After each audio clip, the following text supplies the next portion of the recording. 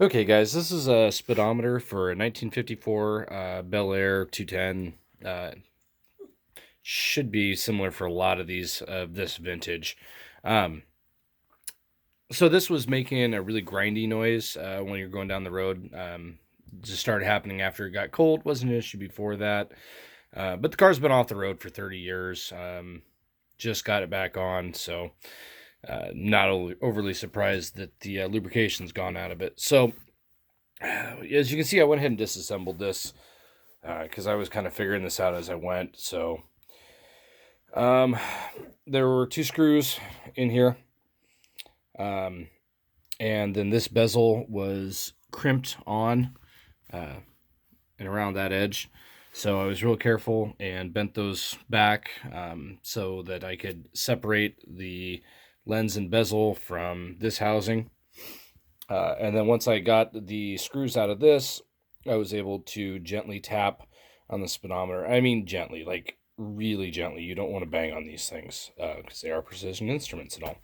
So, um, at that point, and the reason I had to take that apart is that you can see this little spot right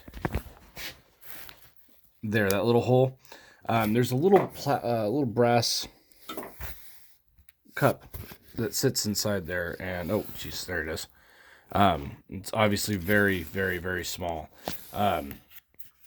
What I used when I pulled this out was I used this awl and I stuck it inside the cup and with some pressure pulled it up and out of the hole. Mine was pretty well flush with the outside of this hole, so I wasn't able to get onto it with a pair of pliers or anything else. If I had to do it again, I might try the bobby pin. I think it had enough grab that it would have got it out. I'm going to use the safety pin, whatever. I'm going to go ahead and use the safety pin to pull this little wick out of here, which is just a little piece of felt, apparently. Yeah, so there it is.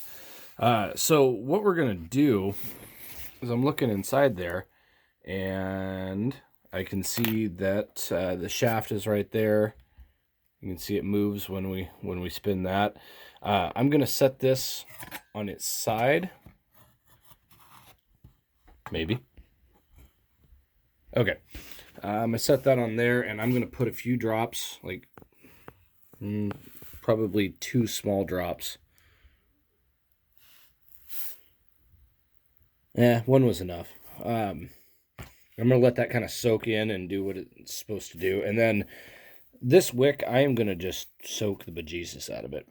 So it should hold a fair amount of oil and soak that up. I'm going to let that sit for a little while, just kind of watch it. When I feel like it's soaked up enough, I'll stick it back inside there, and I'll put the little brass plug back in. And then I'll give it a spin or two and just see how everything feels. But that's the gist of it. I hope that was helpful. Answered some of the questions that I just